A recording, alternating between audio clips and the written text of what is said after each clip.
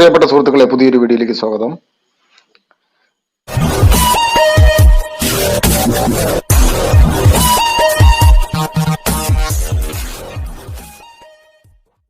ഇന്ന് ഞാൻ ഈ വീഡിയോ പറയുന്നത്, നമ്മളിൽ ഒരു 90% ആൾക്കാരും സ്റ്റാറ്റസ് ഉപയോഗിക്കുന്ന ആൾക്കാരാണ്.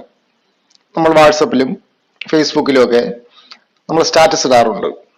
അത് നല്ല രീതിയിലുള്ള ആനിമേഷനും കാര്യങ്ങളും എഫക്റ്റുകളും ടെക്സ്റ്റ് എഫക്റ്റുകളും കാര്യങ്ങളും വച്ചൊരു സ്റ്റാറ്റസ് എങ്ങനെ രൂപീകരിക്കാം, അതിനുള്ള വീഡിയോ എഡിറ്റിംഗ് ആപ്ലിക്കേഷനാണ് ഞാനിന്ന് പരിചയപ്പെടുത്താൻ പോകുന്നത്.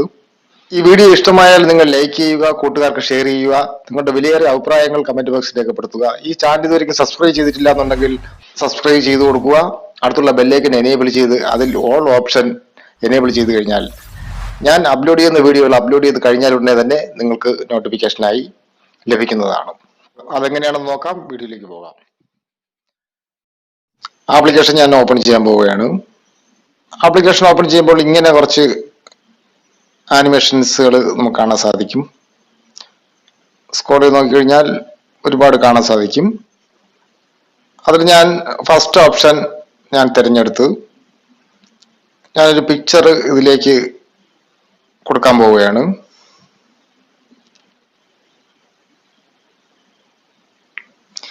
ഞാനിപ്പോൾ ഈ പിക്ചർ ഇതിലേക്ക് കൊടുക്കുകയാണ്.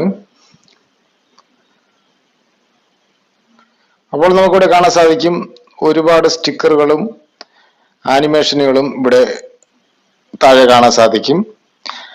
ചിലത് പ്രോ ആണ്, അത് നമുക്ക് പൈസ കൊടുത്താലേ എടുക്കാൻ പറ്റത്തുള്ളൂ. അല്ലാതെ നമ്മൾ ഫ്രീ ആയിട്ടുള്ളത് നമുക്കിതുപോലെ എടുക്കാവുന്നതാണ്. ഞാനിതാ നമുക്കത് വലുതാക്കി അത് നമുക്ക് ചെയ്യാവുന്നതാണ്. പല പല ആനിമേഷനുകൾ ഇതിൽ കാണാൻ സാധിക്കും.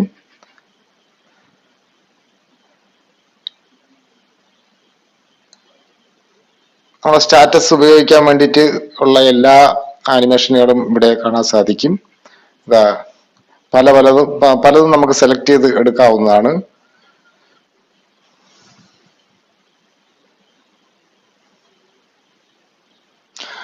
അത് പോയിട്ട് നമുക്ക് ടെക്സ്റ്റ് വേണമെന്നെങ്കിൽ ടെക്സ്റ്റ് ആഡ് ചെയ്യാനുള്ള ഓപ്ഷൻ ഉണ്ട്. ഞാനിപ്പോൾ ഇവിടെ ഒരു ടെക്സ്റ്റ് ഞാൻ ആഡ് ചെയ്യാൻ പോവുകയാണ്. ഇപ്പോൾ ഞാൻ പാറുകുട്ടി എന്ന് ഞാൻ അതിൽ ടൈപ്പ് ചെയ്യുകയാണ്. അത് നമുക്ക് ഇഷ്ടമുള്ള ഫോണ്ടുകൾ ഇവിടെ കാണാൻ സാധിക്കും. അത് ഇഷ്ടമുള്ള ഫോണ്ടിൽ നമുക്ക് ചെയ്യാവുന്നതാണ്. ഇഷ്ടമുള്ള സ്ഥലത്ത് കൊണ്ടുവയ്ക്കാം.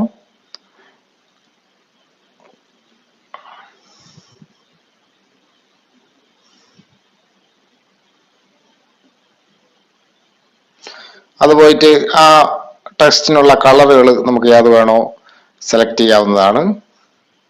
ഇതുപോലെ കളറുകൾ നമുക്ക് സെലക്ട് ചെയ്യാവുന്നതാണ്. ചലിക്കുന്ന ടെക്സ്റ്റ് ആക്കി മാറ്റാൻ വേണ്ടിയിട്ടുള്ള അതിനുള്ള ഓപ്ഷനും ഇവിടെ നമുക്ക് കാണാൻ സാധിക്കും.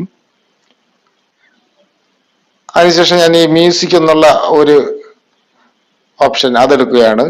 അത് ഞാൻ 2-3 പിക്ചറുകൾ ഇതിലേക്ക് ആഡ് ചെയ്യാൻ പോവുകയാണ്. ഞാൻ ഓണവുമായിട്ട് ബന്ധപ്പെട്ട് വാട്സപ്പിൽ വന്ന കുറച്ച് പിക്ചറുകൾ ഡെമോയ്ക്ക് വേണ്ടിയിട്ട് ഞാനിതാ ഇതിൽ ആഡ് ചെയ്യുകയാണ്.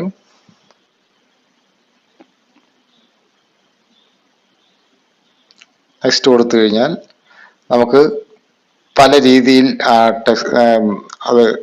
ആ പിക്ചറുകൾ പല രീതിയിലാവുന്നത് നമുക്ക് കാണാൻ സാധിക്കും.